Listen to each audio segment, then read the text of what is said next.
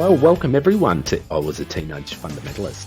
Today is a super exciting day. I mean, there's someone who we're speaking to today who I think many people, if not all people on the podcast, will identify with, will also maybe a little bit of fanboy and fangirl over. Also, it's Geoff Bullock. Geoff Bullock of the Hillsong fame, but you wrote many of those huge songs at Hillsong. The Power of Your Love, Refresh My Heart, Have Faith in God, You've Rescued Me, I'll Never Be the Same Again, This Kingdom, all those songs alongside Darlene Check. So there was a lot that we all relate with. A lot of these songs we sung along with, particularly those who were in Pentecostal churches and charismatic churches across the space. So I know, T, you're just as excited as I am. Yeah, I think it's really great. Really excited to talk with Geoff and to hear his story. There was once upon a time where that music was constantly in the CD player. I mean, that shows how long ago it was, right? It was on CD, but it was definitely a big part of my Pentecostal experience. Definitely was listening to Geoff Bullock's music, and I can remember being in the same room as Geoff once as a Youth Alive conference up in the Gold Coast. We're staying at the Ramada, and I can remember you were in the room, and it's like, oh gosh, that's him. And I didn't want to come up and say g'day because I wanted to be all cool, and I didn't want to bombard you with, fanboying, but there it was. G'day and welcome to I Was the Teenage Fundamentalist podcast. Thank you. It's great to be with you. Geoff, I guess where we want to start is the beginning. For you, I mean, how did you become involved in Christianity and ultimately Pentecostalism? What's the story of that? It probably goes back to when I was 15 or 16. I was going to an Anglican church in Killara, St. Martin's Killara, which is in New South Wales, in Sydney.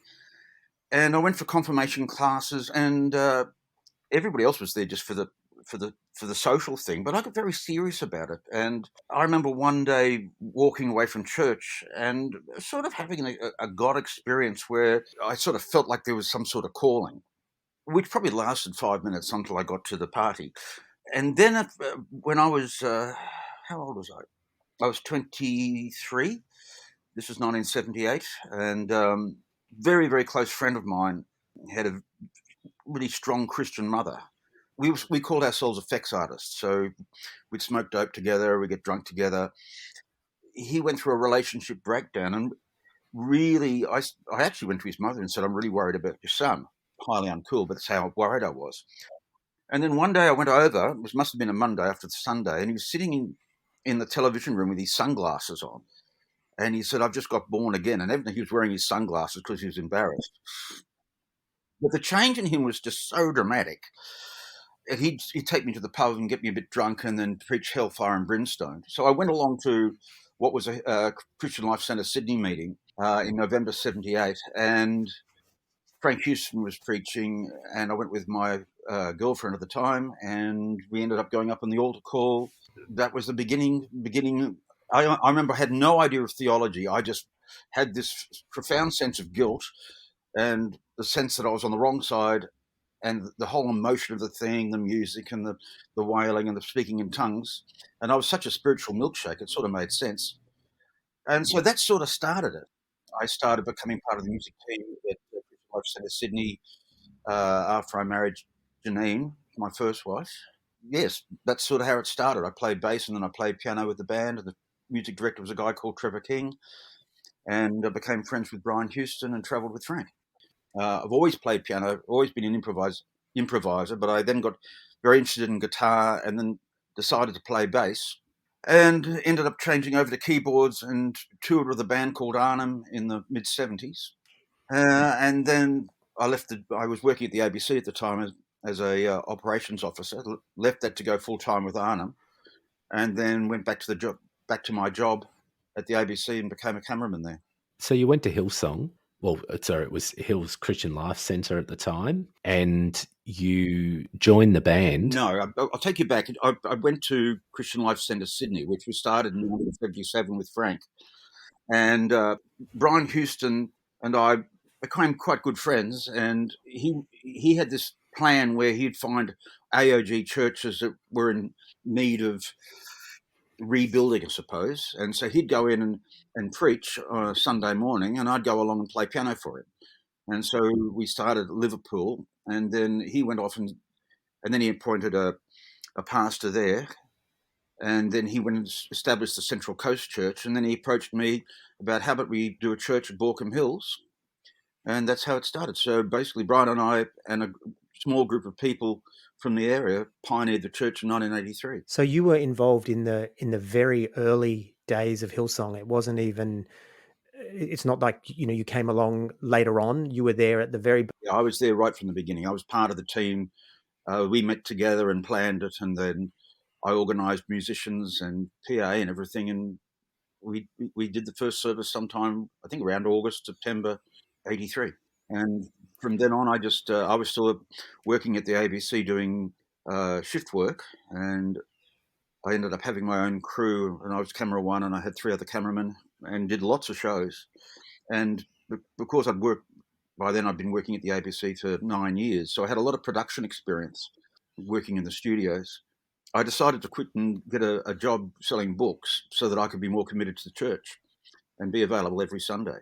Yes, and so I went full-time in 1987 as the music pastor, started the Hillsong conference.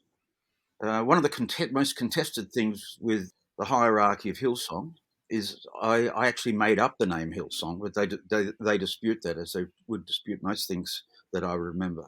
But I started the Hillsong conference with a team, and then started writing what we called choruses in those days. And then we recorded 7 albums, and I left in 1995. And there's a lot of stuff in between there, I guess, which we want to chat to you about, Geoff, but also about your experiences. I mean, you're talking there about back in 1987, you were appointed as the first worship pastor of Hillsong, alongside Brian Houston as the senior pastor. What did that look like? Like, what was your role as worship pastor? Basically, we're pastoring musicians, and I took it terribly serious. At that stage, I was a very serious, sincere Christian. My love of music and thirst for music and creativity sort of deserted me when I had this, in inverted commas, born again experience. And I just wanted to be, I suppose it goes back to that story I told you outside St. Martin's Church in Kalara when I was 15. And so I felt more of a pastor than anything else, but I would organise the music for Sunday services, look after musicians, look after vocalists, formed a choir, and do the happy clappy thing every Sunday. So how did you see what was going on with music in other churches? Because even then, before and we can remember, B and I were involved in the AOG at the time, and there was no Hillsong. Hillsong was a conference. Hillsong wasn't a Yeah, that's church. right. Hills Christian Life Centre. It was Hills Life Centre when I left. So you guys were a church that was taking music very seriously. Do you think you were on par with the way the other AOG churches were doing it, or were you taking the lead somehow? I suppose we were sort of the rebellious late 20-somethings, and I sort of always had a cultural cringe with the music that we were playing, and the fundamentalism and the whole demographic of the place. And so I became very aware that if we wanted to attract people to the church, there's no point playing AOG, Happy Clappies and God's Not Dead, He is Alive, and all those polkas that we used to play. And so I said to Brian, quite in the early days, if we really want to be successful, we have to appeal to the demographic of the area. And so I said, we really need to sound like the band that played at Castle Hill RSL on a Saturday night, so that when people arrive in church, they don't have to go through this cultural metamorphosis to understand what the hell we're on about. And so we took a far rockier approach to the AOG's songs, much more drum, guitar-based, piano-driven. I suggested that instead of the pastors lead the music and stand up there and wave their arms around like trained monkeys, no offense to monkeys, that perhaps we should get one of the vocalists to do it, because that's what the demographic expects, that you've got a band on stage and they're singing up-tempo songs. Why is this guy in a grey 3-piece suit with a thin pink leather tie be doing it? That there was this slow change. And then, of course, I started writing songs, and the albums came out, and especially through the Hillsong Conference, and also at the same time, New South Wales Youth Alive, we, I suppose, started to change what the genre of praise and worship in Australia. And then, of course, the church took off. And it was bizarre. It just took off. A lot of people, a lot of pastors were obviously thinking, well, why is it taking off? And they looked at the music, and the conference helped that, and also the Youth Alive rallies helped that. I had a lot more freedom culturally, not full freedom, to try and create this contemporary thing, contemporary praise and worship thing. It was bizarre. We did 2 studio albums, one in 1988 called Spirit and Truth, then Show Your Glory in 1989, and then in 1992, we'd moved from this warehouse into what was called the Hills Centre. It was a big performing arts centre at Castle Hill, and we recorded the first live album called The Power of Your Love, and that's when it just went silly. And then we did 4 live albums, and the 5th live album was recorded about 3 days after I left, and that was the Shout to the Lord, and that sold more than 1 million copies in the States. It just went silly, but by that stage I was gone. I think I had both those albums actually, both those albums on CD, and I was youth pastoring, I think, for the second one, and they were just on rotation, not only in the car, but they were on rotation in the church as well. So they were making a huge impact. As a matter of fact, I can remember there was CCC, there was Christian City Church, they were doing albums, and there was you guys. And it wasn't a matter of who was better, it was a matter of both. Music was coming to us from both these churches from Sydney. Matter of fact, I can remember there was that song. Do you remember that one, B? And someone used to say, "This is a song from Sydney that our church sings." Yeah.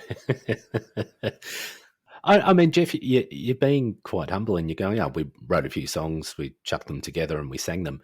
I mean, the songs that you wrote and were part of changed the face of really, particularly around the charismatic scene, the Pentecostal scene. It completely changed the face of how people did praise and worship. It really did. It revolutionized the church. You're right, it did bring people in. I mean, I came into the church in the late 80s, early 90s, and it was very much something. I came in through a Christian City church, so there's a lot of Christian City songs, but then into other Pentecostal churches, it was very much the stuff that you were writing. It was incredibly influential. It was bizarre. Because I had a huge job, and my wife and I just kept having babies. You know, we had 5 kids in 10 years, and we were as poor as church mice. Working 60-hour weeks. So I had all the administration and an enormous amount of pressure. But I've always written songs, so I felt this urge to keep on writing, which I did, and it was quite bizarre because a lot of people they do their first album and they do all their best songs, and then the second album comes along, and they've got to somehow improve on that. And somehow our team, myself, Russell Frager, Darlene Check, we managed in our writing to keep going. That each album, I thought, and each group of songs were better than the first. But it was to be perfectly honest, a hellish experience. But somehow the songs kept coming, and it became strange. Why was it a hellish experience? What happened there? It was a very difficult place to work for. It was, the leadership style was very aggressive, domineering. You could say almost bullying. And we've got to remember that I'm talking about 25 years ago. So these are memories that are 25 years old, 30 years old, 30 to 25 years old. I'm not a great confrontationalist. I'm somebody that is a bridge builder. I'm a gentle soul. I think that probably frustrated people, that I found it difficult to be a company man. I preferred to look after people rather than to make them look after the church or look after our vision. I thought the church was all about people rather than being all about the church. And I was very, very close to Brian. We'd go on holidays together, but at times he was very difficult. In the end, that conflict between somebody who was one of my very best friends and then somebody who could be so cruel just got too much for me. That period between when you became the worship pastor to when you did leave, Are there some experiences in that time that do stand out to you? Ones that are real markers in your journey for the good things, but also the not so good things. Are there any of those that come to mind? There are two that come to mind that are personal for me, because the music was going into so many different Christian cultures. So it wasn't just AOG, because I wrote a hymn-like, gentle type ballad, as well as all the rocky things that we did just to make the crowd excited. I would go to lots of different Christian cultures, and so I'd go somewhere and feel the weight of having to be Geoff Bullock from Hills Christian Life Centre and having to toe the company line. I'd go to other churches and it was freer, it was more open. There wasn't this terribly strong agenda. And then I'd come back and I'd find it difficult to fit back into it. I went to Europe, to Holland in early 90s, maybe let's say 1992, and went to the European model of Christianity. And I remember this huge conference, and there's this guy standing around smoking a cigarette, which of course to a Pentecostal was like, ooh. He stubbed a cigarette out, and then he got up to the microphone, and he was the guy leading this. He was in charge of the whole conference. And I found this broadening where people were interested in the arts. That you weren't using the music was still an art. It I'm going to use a hard word, but it wasn't a propaganda tool. It was art, and it was appreciated as art. And I felt liberated that when I shared my songs, people appreciated them artistically, musically, and that I didn't have this responsibility to get the crowd to do something, to bring in, as we used to say, let the musicians bring in the anointing of the Holy Spirit, which, I mean, when you think about that theologically, is the most ridiculous thing you could ever think of. And I came back and tried to resign. I got headied. And so I cut my ponytail off and bought a three-piece suit for the next 3 years, 93, 94, 95, endeavored to try and be, as they would say, why can't you just be the man of God that God wants you to be? Which means this is the image of the church. That was a really hard time. It was a really hard time because basically I was destroying myself. Instead of being me, I was the me that they needed me to be. And if I was being me, it didn't work. The second thing that happened to me, I was late 94. I was about to preach at a church in Perth. And by that stage, I'd just given up trying to prepare sermons, and I'd just get up and tell stories. I'm sitting in the front seat of the church, and all of a sudden I had this revelation that I knew Bilbo Baggins better than Jesus. I knew Biggles better than Jesus. That Jesus was book, chapter, and verse. It was isolated sayings taken out of context. There wasn't a narrative. It was just favourite verses. And what I knew of him was only what I was taught to believe. It wasn't like trying to understand who he was. And that was the huge change. That's when I tried to discover who the man was. Rather than being biblical, I wanted to get a sense of him. That was a huge change, and that led me to eventually realize that there is a gap between the culture of Christianity and the perceived person of whoever Jesus Christ was.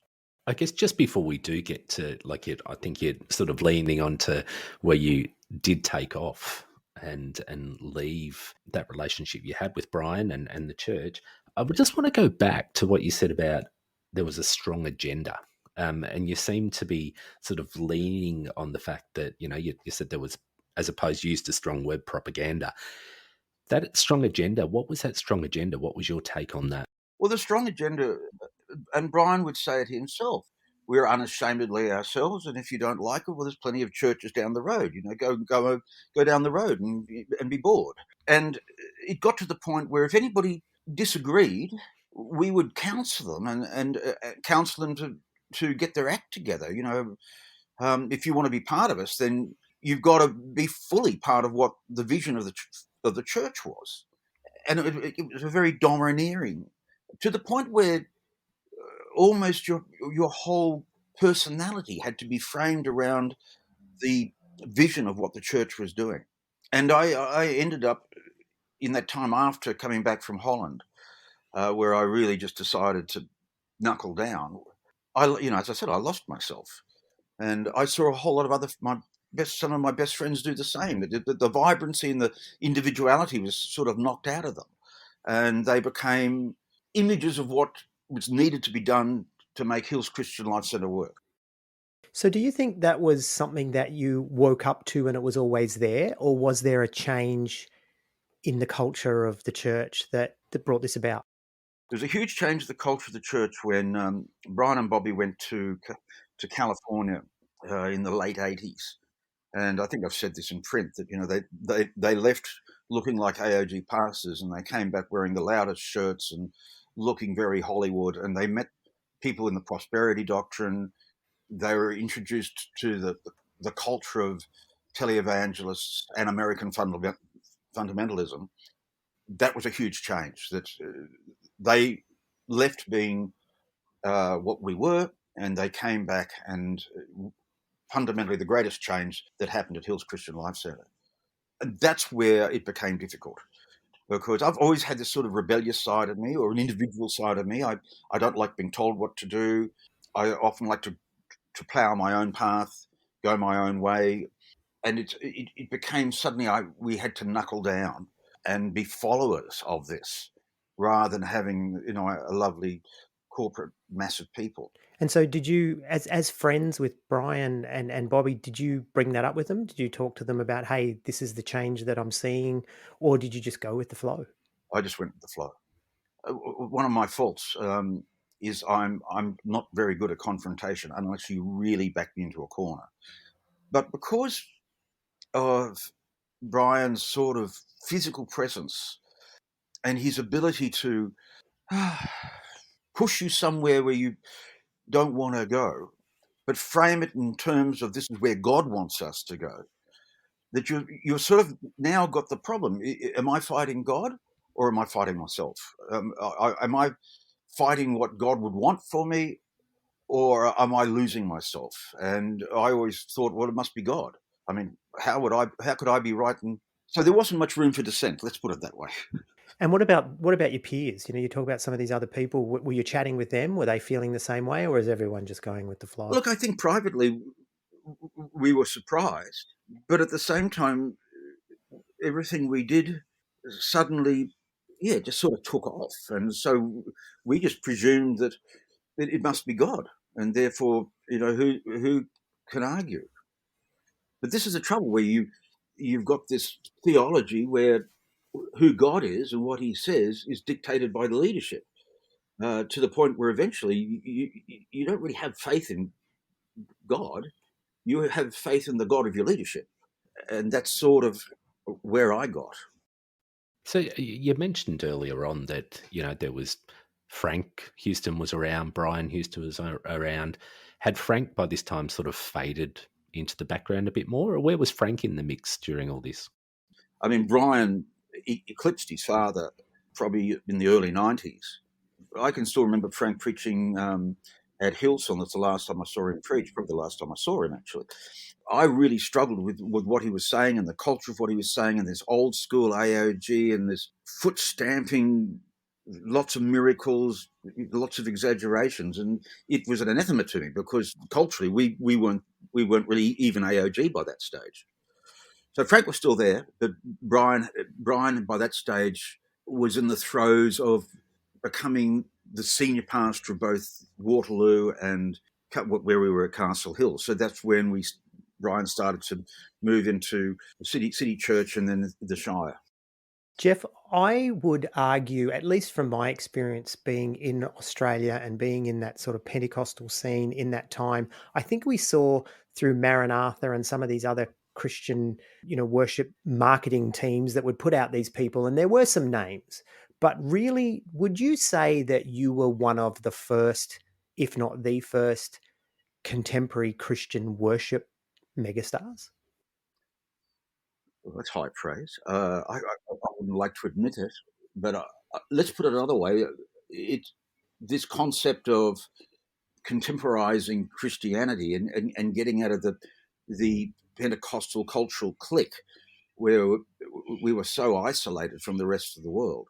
I suppose I was among the first. I mean, there was Chris Folsom at Triple C, and then there was Tom Rawls and David and Rosanna Palmer from Victoria. But I think the fortunate thing for me with my production experience from the ABC, the Hillsong conference, was so hugely influential.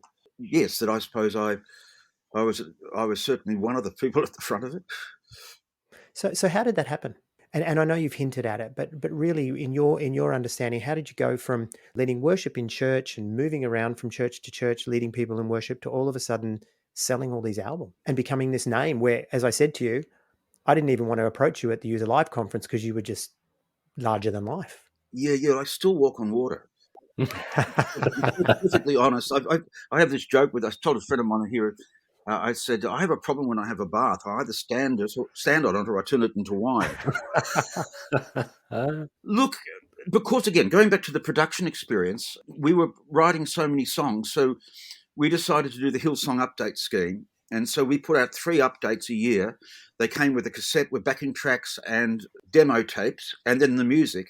And we got a mailing list, and they paid X a year. And so it was going out to hundreds and hundreds of churches. And then at the end of the year, or actually halfway, well, say March the following year, we would do the live album, which we would then debut at the Hillsong conference. So we had a whole plan of how do we get the songs out? What's the easiest way of doing it? You know, and I had a wonderful team to do it, but I suppose the genius of it, if it wasn't just writing songs and doing it on a Sunday, it was a whole system. And the weird thing, the first time I went to the States, which was 1993, I'm sitting in a very big church in Seattle, and the band gets up, and they launch into basically a concert of my songs. And I've never been there. It was just, and I remember going to New Zealand, the same thing happening. I, went into a friend's church and said, I've got a new song to teach you. And I launched into The Power of Your Love, and they all sang along. I suppose I can think of all the techniques that we did and all the merchandising. That's not the word, the production management of publishing, that I suppose we invented something like that. But in the end, I just was caught up in the whirlwind to a point where, I couldn't walk through the shopping centre without people coming up to me. That suddenly I became famous. And I was a very sincere Christian. I wasn't trying to do it to become famous. I was just trying to do it because I thought this was God's work. And let me say, every time I say God, we have to put it in inverted commas, because I've come a long way from there, and I can definitely say that my spiritual journey at Hills Christian Life Centre was not a particularly whole experience.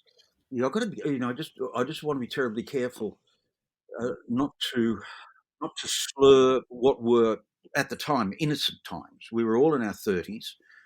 We'd never done it before, and in the end, it seemed like the whole thing was controlling us. And I guess I wanted to pick up on that as well. Was from what you've described, there was very much a strategy. There was definitely a building of that brand. I mean, that was absolutely there.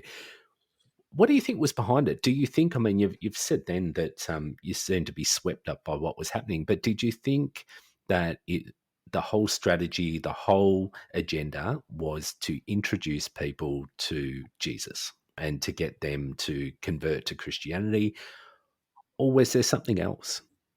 I think I chose to believe that we were trying to get people, in inverted commas, saved, and in inverted commas, baptized in the Holy Spirit, and trying to improve people's lives. But in the end, it was also that the vision of the local church as a separate, as a side to the individual, that the local church, suddenly this idea of the church being a force of good. And so towards the end, I really struggled with it, because increasingly it was an unhealthy fit for me. In the end, I was to bring things under budget. The amount of money that we would beg, borrow, and steal anything to get anything happening, that we were so under budgeted, and yet we were bringing in millions. And that all changed after I left, and I don't know what happened after I left, because when I left, they left me. So after 1995, yeah, that's a different story altogether. Some of that unpacking that either you were doing or was being done for you as you led up to leaving, how was that playing out for you? 1995 dawned, and we had a pastor's retreat. Initially we went camping, which is very much unlike me. But in 1995, we went to the Ritz Carlton at Double Bay. I remember sitting down with them, and I said to them, "Look, you're my family. You're closer to me than my family." But then I said, "We can't keep going this way. We're running out of petrol. We're running out of fuel. We just can't keep going." We had 4 albums on the boil. There was 5 services a Sunday, an under-resourced, under-budgeted team. I became, how do I put it? I wasn't managing it myself. I was being managed, and in the end, I had no say in it. And I found myself being forced to fire musicians. I remember the last album we recorded, and we'd always have the choir on the left-hand side of the stage. And Brian walked in, and we'd been working for weeks and weeks, rehearsing and getting the harmonies and getting the band right. It was a good band and a good choir. And he came up to me and he said, "Why are all the ugly girls at the front? Why are the ugly girls?" So we had to put all the mums at the back and brought all the young Bible college students to the front. And if you look at the video of Friends in High Places, I think it was called, it was the prettiest choir in the world. But things like that left a very, very sour taste in my mouth. I remember another time, the Christmas of '94, we would do this huge Christmas spectacular in the park. Again, ridiculously huge setup. And I don't know, we had this wonderful production manager, a guy called Cameron Wade, who was a genius. And he organised to have Santa Claus drop out of a helicopter. He managed to get fireworks by somehow conning somebody to have their name on the program. We'd have 10,000 people in a park, and we'd do this amazing thing. And then, of course, come Christmas Day, Brian would expect the same thing to happen. Well, all my musicians went on holidays. The band that I had, the only thing that they could play was the music we'd written. We highly rehearsed. We didn't have a second repertoire. And I can't suddenly get church musicians to start reading charts. Brian came down and he blew up in front of me and in front of the whole band, and it was very humiliating. And then guess who was preaching that night? Me. So this is where it was just getting too much for me. And I'm trying to work out the difference between the vision of the church and what I saw as my faith. The two started growing apart. So up to that point, he'd been your friend. When did you stop being friends with him? Well, we just went, believe it or not, we went on holidays after that, and shrugged my shoulders and off we went, because that was Brian. It was Brian's way or the highway. He used to say to me, "If you don't do it, I'll get somebody else who can, who will." Look, there's much I can say, and I must admit I am pussyfooting around a bit. You were saying that, you were under budgeted despite the millions coming in to that church. One could argue that a lot of the millions coming into the church came through the music that was out there, the music that was charting, that there was people were buying. And the last 4 albums, Power of Your Love, Stones Been Rolled Away, Friends in High Places, and People Just Like Us, they've all gone platinum in Australia. They've gone gold all over the world. And then I left before Shout to the Lord, but it was the music team that I'd led and got to that point. As I said, it went platinum in America, double gold because it was 2 different record companies. So where was the money going then? If it wasn't going back into surely the music department can be budgeted out of the income was coming. But no, the income went straight into the church. And I was on just a very small wage. I had 5 kids, and my wife, their mother, had to work full time. And the budgets for the live albums, I think the budget was about 15 grand for an album. And I mean, I've been in the music industry since my late teens. I was working in broadcasting for 10 years. I knew what I was talking about, and they had no idea. And it was just frustrating that when they negotiated their contract with Integrity Music, I love that name, Integrity Music, I was not allowed to be part of the discussions. And they got the associate pastor to do it. And he didn't know anything about copyright. He didn't know anything about publishing. I was just a sideline, except that they were selling me. So let's be clear then. You weren't living the high life in the midst of these albums and everything. You weren't rocking and rolling and moving into, I don't know, whatever suburbs you move into in Sydney. It just wasn't happening for you. Gosh, no. Janine, my wife at the time, she was dressed by hand-me-downs from my sister, who was a corporate person. It was only in the last year, maybe. Let's put it another way. We weren't wealthy. We were supported by my parents, who were wealthy. My wage was a very small wage, and I didn't get any performance royalties. And my songwriting royalties only started to dribble in towards the end because it's quite a lag. No, there's no way I could say that I was reaping any of it. I never have, to be perfectly honest. I've never. The only time I flew business class is because somebody paid for it. And there's been some publishing deals that went awry and mistakes that were made because we were all young doing it for the first time. But I certainly was never a high flyer, never. So I guess there's been a lot of info that bounces around on the internet, as it does, saying that the royalties were stacked in the favour of Hillsong. What actually happened there? Was it a fair arrangement? I got my royalties. I got what was legally entitled to me because I was a songwriter. But I've only just started to get performance royalties 25 years later because somebody must have taken them to court. All the musicians that played on the albums weren't paid. The only people that were paid was the production manager, Cameron, and Russell Fragar. But Russell Fragar was paid from my travelling. So when I went and travelled, whatever I received from the churches, that went into Russell's wage. Yes, and music's going around the world, isn't it? B and I both left the AOG and around the same time as you did. When I left, I'd heard Geoff Bullock has left. Geoff Bullock has left the AOG. Geoff Bullock has left Hills. I don't think Hillsong existed as a church. And when you did, though, it was shrouded in secrecy. It was all whispers and he's gone. And I think I'd heard that, Geoff's not going to tell anything for a number of years. He's made a commitment not to, this is all the stuff that I'd heard. And so we never knew what the story was. So I want to give you an opportunity, and I'm sure that you've documented in other places and other interviews, but I want to give you an opportunity. What happened? Why did you leave? What was the process? I just remember one meeting where suddenly it wasn't just Brian berating me. It was the meeting berating me. And I just sort of felt, look, I'm doing my best here, and the best is pretty good. I think I took a week off and tried to work out, what on earth am I going to do? I came back and sitting in my office and I read some scripture about the role of elders in a church and who they should be like. And I just suddenly realized this is not what the elder of our church, we are not scriptural. What we are doing is not the model of leadership in the New Testament. And remembering I was a very biblical guy at the time. And I was also having this discovery of the person of Jesus and suddenly realizing I've got two situations here that are different. I realized that I had a scriptural reason, but I was also burnt out.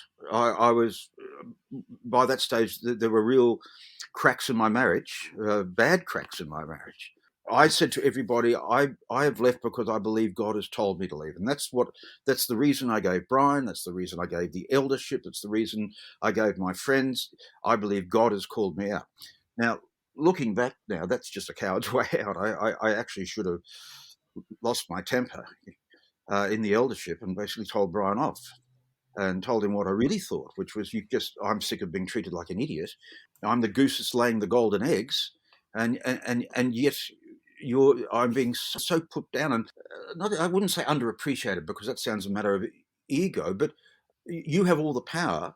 I just have to just keep doing what I'm doing, and even with all my production experience from being in broadcasting since I was 19, that accounts for nothing. That you think the success of the church is because of the anointing on the church, whatever that is. And so now looking back now, and I've never said this publicly, I just got sick of it.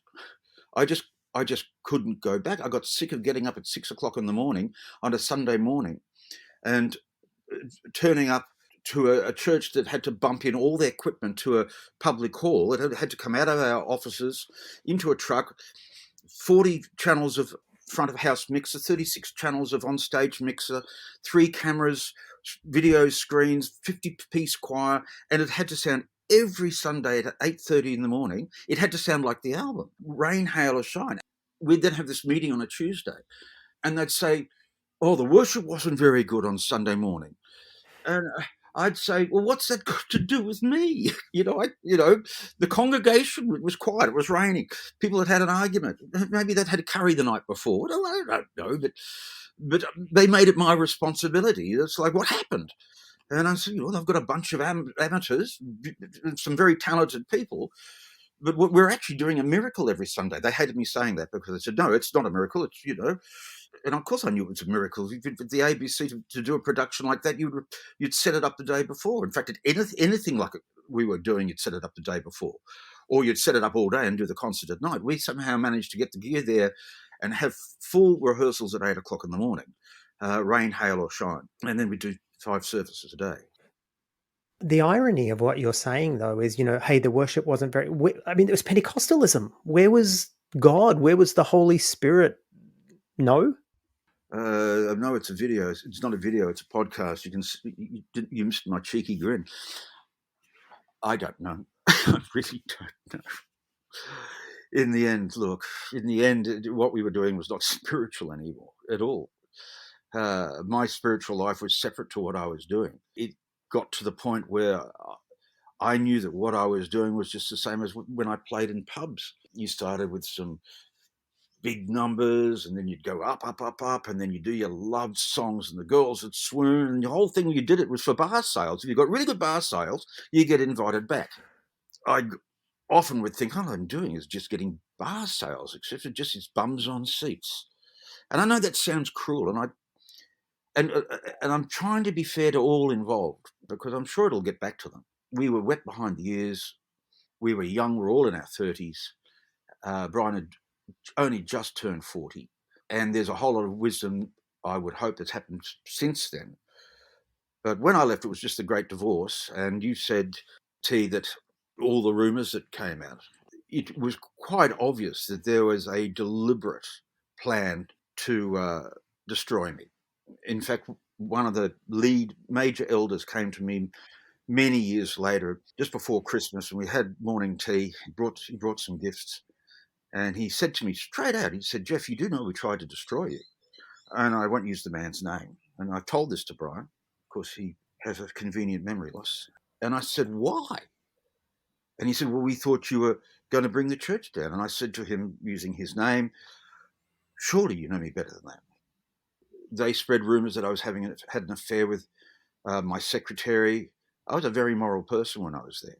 When I remarried, that her second child was my child, that there'd been an adulterous affair. This went round the world. I had friends that went to meet somebody that they knew from Christian City Church, or C3 as they call it now, and they caught up with an old friend who happened to be Phil Pringle's previous secretary, and she said to this friend of mine, I heard that, Geoff Bullock had all these affairs, and, that his wife's second child is his.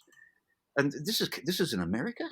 Yeah, well, I've got to say, Geoff, that's exactly what I'd heard. I'd heard that Geoff had this moral failing. It was another one because it was, it was the season for that, 80s and 90s. And I remember thinking, and I mean this, and I guess I want to stop for a minute and just say, and make sure you're okay, because I know this is heavy going. It's hard dredging it up. I get it, and I can feel it. Yeah, these people, when you're necessary, they can be wonderful. But when you're a threat, they're not one. It's not pleasant at all. And I lost all my friends. The group of people that I said, you are my family. You're closer than my family. There was absolute stone cold silence. And I went to the 10th Hillsong. It wasn't the 10th anniversary. It was 1996. The 10th anniversary was 97. And Brian invited me, and I thought, oh, look, I'll turn up just to be a bridge builder. I didn't have anything against them. I just had to leave, just left my employment. They stuck me in the front row next to Brian. They put a camera in my face. And there on the stage was all the people that I'd pastored for 12 years on the stage. And I just broke down in tears because there was my family. I stuck a camera in my face, and so everybody knew I was there. And then Brian got up and he said, "This is the 10th annual Hillsong, 10th, not the 10th anniversary, but it's the 10th conference." He thanked everybody and didn't mention my name once. As we walked out, he said to me, "Are you staying for the second service?" I said, "Why would I stay for the second service? Why would I go through that again?" I said, "You didn't even mention my name. Why?" And he said, "Oh, it wouldn't be fair on Russell or Darlene." Now, okay, if we want to get down to nitty-gritty, can somebody tell me where Jesus is in this? I mean, can somebody tell me how blessed are the meek, for they shall inherit the earth? Blessed are the peacemakers. Blessed are the poor in spirit. How can we go so far that an organisation, people in that organisation, leading that organisation, I won't make apologies for Brian. Brian's Brian, but what about the others? And that's what's upset me the most. What about the others? That they just silently went along with it. And this is where, actually dragging it up, I'm so far past it. But going back, it was agony. And the rumours that came out, the things like I'd go online and correct somebody. Would they go back and try and undo the rumour? No. I heard of one situation where there's a group of musicians in Tasmania in a recording studio with somebody who knew me really well. And he told everybody that story about Victoria's second child was mine. These people saying things, they all had my phone number.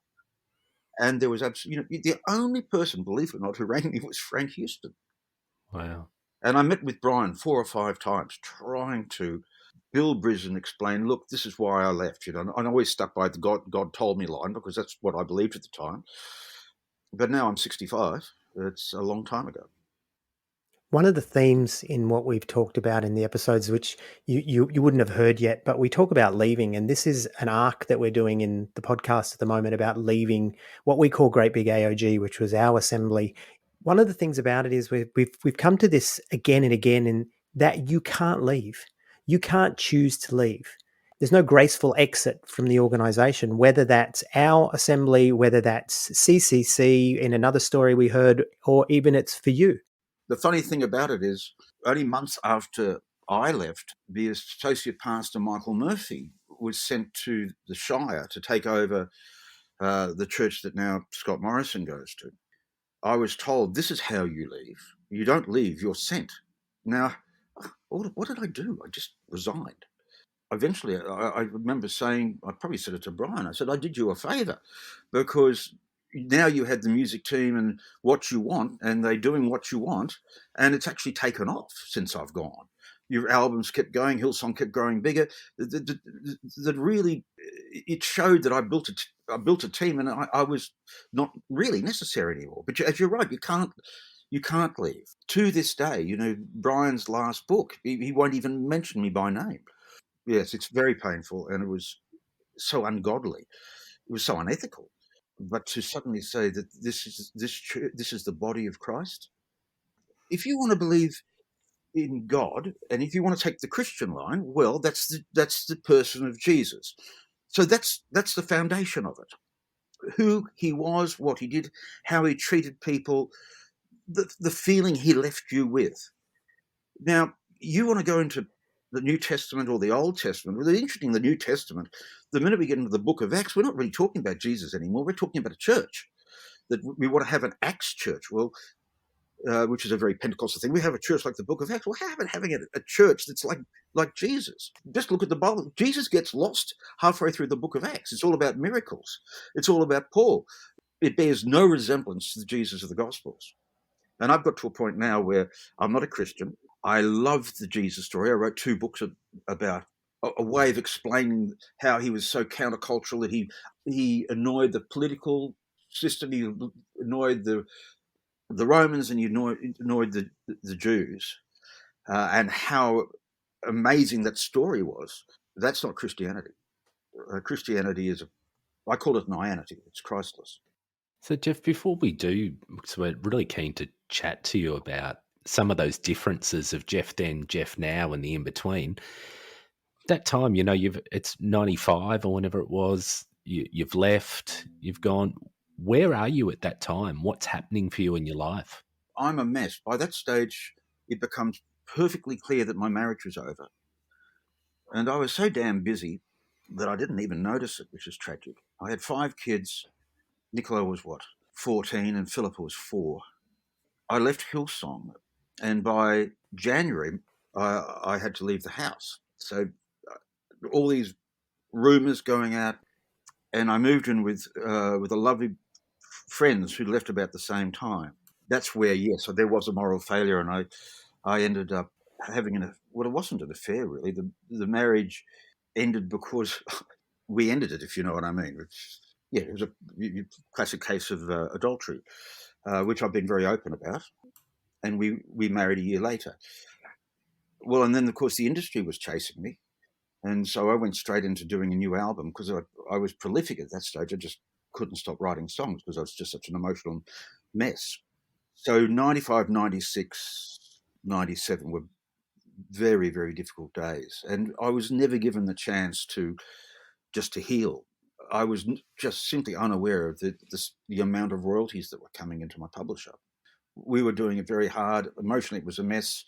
I was dealing with all these rumors, a new marriage, two little girls that I'd caught up in well, which is the situation, as tragic and sad as it was, and my 5 kids had just suddenly lost their father, and a very difficult relationship with their mother, and it took years and years, decades probably, to finally move on where the pain is behind me.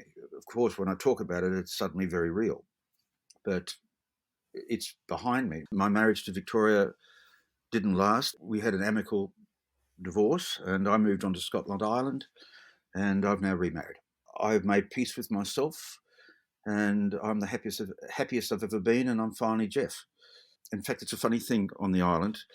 My nickname is Jesus Geoff. And when they said that, I thought, oh, that's nice. They've noticed my faith. And they go, no, no, no, no, no, no. Geoff, so often you do something and we go, Jesus, Geoff, what on earth are you up to? So yeah, I'm me now. I'm me. I'm not. And it's funny when you talk about my role in Christian music because it's a different Geoff, and I can't relate to him. I can't relate to my songs. I can't relate to my lyrics. My gold records are in storage, and Really interested to pick up on that, Geoff, and dig into that a bit deeper about the Geoff of the 80s, the 90s. You know, you became a Christian in the late 70s, so it was a fairly significant period of your life, and not to mention, you know, your achievements during that time and being part of what was a formative movement in Australia. The Geoff then, the Geoff now. What are the key differences? well, one was a Geoff who was always trying to be what people thought he should be, and really disappointed when he just wanted to be himself, and a guy that I suppose sought out approval and validation, and that probably has a lot to deal with my relationship with my father, and also being a 5'6" midget. You know, I went to a boys' school and very athletic, bunch of jocks, and then here's this guy with 4 eyes, you know, great big goggles, and he was a gentle musician. So there's a whole lot of dynamic there. The Geoff now, I've got the best friends I've ever had, the best male friends I've ever had. I'm me, and I like me. I no longer have that terrible fear that is put in you, that you're not ever good enough, and like those woeful psychological trauma scriptures. You know, it's no longer I live; it's Christ that lives in me. I buffet myself daily. I am crucified to Christ. Christ is crucified to me. I mean, this total denial of self until it's only Jesus that's within you, and yet you're going to a church that doesn't even represent Jesus. And a faith that's corporate. It's all about singing and being happy and feeling something, but there's no like renewing of yourself, no growth of yourself. It's playing this part. My father used to say to me, "Oh, you've got rocks in your head, son. You've got some rocks in your head. You're a bloody idiot." And so I'd do something and I go, "Oh, you're a bloody idiot." And I remember driving along Vale Road, Sydney, and I just gone past the Baha'i Temple. And I said to myself, oh, bloody idiot, Geoff, something. And I said, hold on a second. And I had this conversation with myself. Everybody loves you. You know, you're really popular. People love you. In fact, I said to myself, if you met yourself as a somebody else, you'd like them too. I remember saying to myself, what's the problem with you? And that's when I suddenly thought, well, to be honest, if I think about it, I rather like myself. And I'm not on myself, but I sort of thought, closest person to me is me. Why am I assassinating myself with self-doubt? And that was the biggest change of my life. I made peace with myself, and there was no longer somebody looking over my shoulder criticizing, which ended up being me. Geoff, you said you're not a Christian anymore, Mm-hmm. and yet as you talk to us, you're quoting the Bible. Can you give us a sense of where you're at now in terms of the religion that you once claimed to believe or did believe? Okay, well, my life now looks like who I was before I was a Christian. I've had this amazing life where I've written all these songs, but in that I lost myself entirely.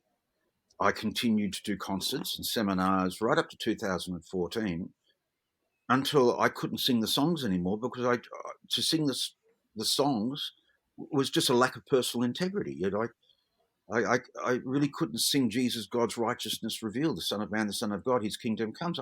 I can't sing that because I don't believe that anymore. But I'm fascinated by the Jesus story, and so fascinated that I would say I'm a follower of that story. That's transformational, but it doesn't have to be true. It can be beautiful fiction and still be inspiring. I mean, if you've seen The Color Purple or any number of inspiring movies where you get incredibly moved and it changes your life. So that's how I see it now. To suddenly make it so real that every word cannot be challenged. Well, that actually flies in the face of everything that Jesus did. Yes, I'd say the most influential person in my life is the narrative of Jesus. But then again, I started studying all those narratives and all the different versions, and I realized that there were so many Jesus, there's hundreds of him, that how can you have one? And I got to a point also where I thought fundamentalism says this is who God is, and therefore in saying this is who God is saying this is who God isn't. And we're suddenly so sure of who he is, which means we're so sure of who he isn't. Well, gosh, you only have to look at what fundamentalism has done in any faith, in any expression of faith, any political movement, any musical movement. The minute you get fundamentalist, you become exclusive. The minute you become exclusive, you shrink. So, I mean, it's a world you sort of kept playing in between 1995 and you said up until 2014 when you felt that it was disingenuous for you to continue on. January 2015, I did a conference for the Brisbane Diocese of the Anglican Church, and I sang The Power of Your Love for the last time. Probably the most difficult conference I've ever done. Humiliating. And I realised that there was a divorce between me and my audience, and me and my songs. What's happened in that last 6 years for you? Is there a spirituality? Is there anything there, or is it something that you just go, that was a time in my life I'm going to put behind me? I think I'll always be a spiritual milkshake. My biggest role is just trying to be alive and to be good, to be whole, whole in my marriage, whole with my children who have been terribly damaged by their journey, shockingly damaged because they were just collateral.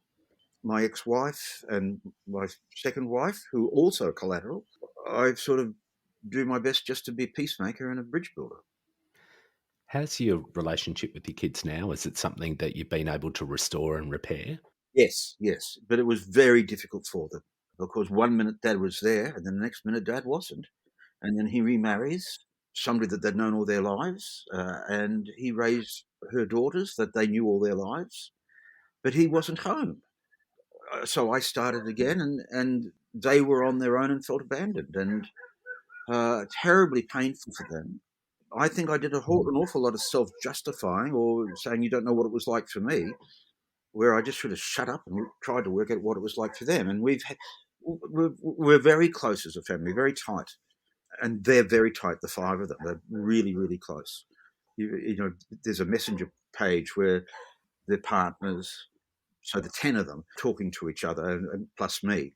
Most nights, all five of them are just nattering away, and they're being the kids, as we call them.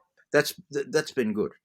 It's fraught with problems because they have pain, the pain of the past, and when you start recounting it, suddenly you feel the emotions as if they happened yesterday and not 25 years ago. But you know, things are good. You've had a bit of a torrid journey with Hills Christian Life Centre and Hillsong. became Hillsong later. Mm. Um, how do you feel about them now? What does that word bring up for you when I say Hillsong? How do you feel about it now? Well, I mean, you only have to Google Hillsong, Hillsong rumours, Hillsong bad. Like any institution that becomes divorced from reality, and you can look at Labor Party, Liberal Party, Greens, anybody that gets rock groups, anybody that gets lost in their own culture until the culture of what you're doing is divorced from the reality of the real world, you can become unaccountable. The whole Carl Lentz drama, the huge celebrity cult in America in particular, with all the golden people, and now you know Brian has been charged with concealing his father's pedophilia, possibly. You know, I won't go that far, and so Brian's going to go to court. He quite possibly will face a conviction. I just remember this tiny little church back in Borkham Hills Public School on Windsor Road, and the innocence, we were in our 20s, the innocence and the sheer joy of being out of the big church, and it was just a bunch of young marrieds and their little kids and playing music and having a lot of fun, and it was spiritual, to where it's got now, where it's a corporation with lawyers and spin doctors and media departments. And I'm just sad that when you look at Hillsong, and I don't just mean Hillsong, I think when you look at a lot of very muscular Christianity, I think the very literalist viewpoint of the Sydney Anglicans, Anglican Diocese in Sydney, very literalist, the very Holy Spirit people who are very much into the prophetic, into signs and wonders and all sorts of manifestations of people shaking and rolling in the ground and all that type of thing. I just simply go back to what I discovered when I really started to look deeply into who I was meant to be believing in. And so, yeah, what do I think of Hillsong? Uh, I despair for what it was, and I despair for what may be. You know, and I'm sad. I miss those people, and I miss the laughter, and I'm very saddened that there wasn't one defender for me or the myriad of other people that were excommunicated. If you were to give a piece of advice, Brian is in front of you, Brian Houston is in front of you. You give some advice. You were there. You were one of the core founders of this movement, this hugely global, influential movement. What would your word of advice be? Oh, dear. If he was prepared to listen, I'd say, listen, Brian, if you truly believe that you are preaching the gospel, then you're going to have to go back to the gospels and acquaint yourself with the person of, of Jesus and model that. Yeah, I'd say the message is not the church. The church is not the message. And you've got this thing where the church is the message, the hope. Their sign says, you know, Jesus is the hope of humanity. But their idea is that Jesus is the hope of humanity, which is modeled by the church. So, in other words, you can't have both, Brian. You can either get to understand the spirit of this thing, or you can go the corporate road. Well, I often think of Brian, if he suddenly had the spiritual epiphany that I had, how on earth would he turn it around? It took me 25 years. I left Hillsong, but it took 25 years for Hillsong to get out of me. It's been a long journey, my wife Tina says, you know, the best thing you ever did was confront your spirituality. You know, it's not about the music and the success of it. It's about finally becoming whole. I suppose just I'd have to say to Brian, hey, where are you? What's happened to you? Where's the young 25-year-old that I knew? You know, where did he go? Who are you now? How can you speak of Jesus and then yet do what you've done?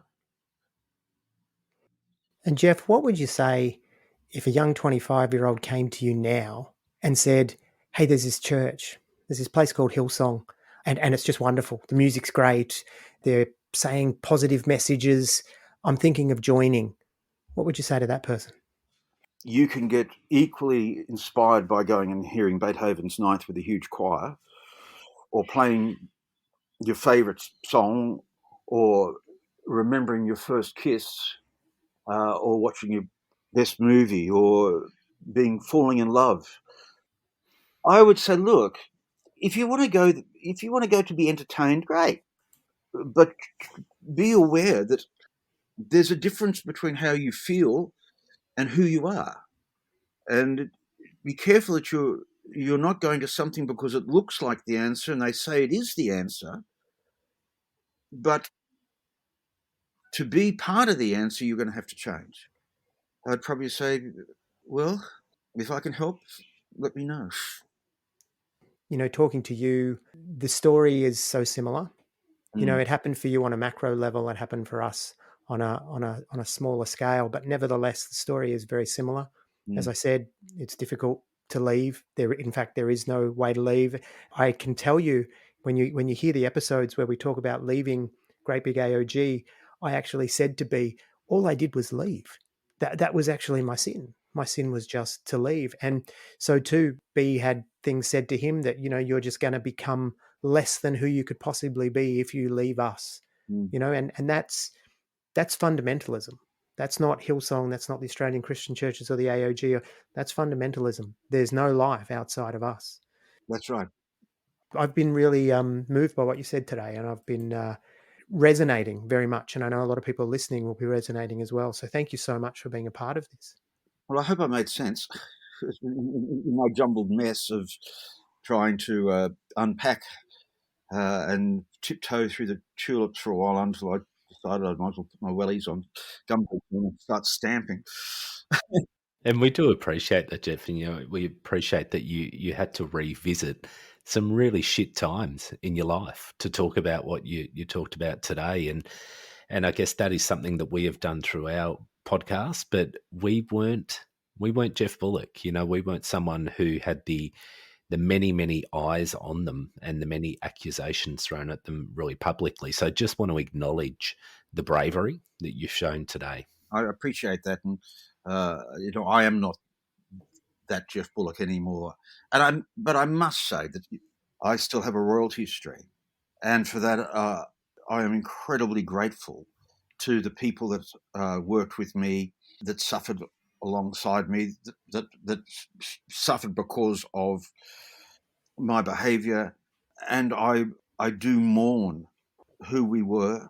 I'm grateful to those people. I'm grateful to Brian and Bobby. I'm grateful, incredibly grateful to Darlene Check and Mark and Russell Frago. You know, especially Cameron Wade. They did. It was so hard on them, and it was thankless. I got all the notoriety, and really it should be shared. And I wish them well, and I certainly wish Brian well. I hope that out of all of it, there's a wholeness for him. And he'll hate me saying it. I'm sorry, Brian, but I'm not bitter, mate. I'm not bitter. I'm wounded, but I'm not bitter. I mean, these are consequences that I brought upon myself. They're my consequences. Can't blame anybody else for them. They're mine. Very humble, Jeff. Very humble indeed. And, you know, I mean, Okay, I'll have to be an arrogant asshole when I finish. that's right. We'll stop recording. Then you can be an arrogant asshole. I don't believe that for a second. It's been a privilege talking to you today. And it's been a privilege talking to you, and I'm thrilled with what you're doing because you're giving a voice to the voiceless. These people need permission to grieve and mourn and cry and be whole again, and realize it wasn't their fault. And this is not spirituality. This is corporate behavior. These people are good people. They did their best. They were pawns in a machine that they were expendable. So, if you're thanking us for the work we're doing, can we count you as patron saint of the podcast then, Geoff? Oh, gosh. A long time since I've been a saint. Yeah. We'll call it I Was a Teenage Fundamentalist, brought to you by Geoff Bullock. Whatever. Look, I'm more than happy to, whatever I can do. You know where I am. Got my number. And I can talk the ears off anybody. No, Geoff, and we'd love to have you back on. I'm sure there is plenty more stories for you to tell, and you'll probably come away from today and go, "Oh shit, I wish I'd said that. Oh, I wish I'd said that." Well, I wish I didn't say that. Not at all. I won't listen to it. I promise you. I think you should listen to it and share it. I'm waiting to see, are we going to get letters from Hillsong's lawyers even before we announce that this is going live, but we'll see what happens. Well, it wouldn't surprise me. I mean, that's why on earth you'd want to need to protect what you think is God-driven, God-ordained. If it's God-ordained and God-driven, and if what you say is true about Jesus being resurrected on the third day, having defeated and disarmed the devil, well, how can you say that this is an attack of the devil? How, if you're the body of Christ, how can you possibly be threatened by anything? If this is God ordained, why call in the lawyers? Let's have some truth. Let's have a good discussion. And if I'm wrong, fabulous. Been wrong before. Well, thanks, Geoff. We really appreciate you being on the show. We know that a lot of people are going to find a lot of meaning and resonate with what you said as it aligns with their stories. So thank you so much for being a part of this. Thanks, guys. Keep in touch. Thanks, Geoff. See you guys. Bye.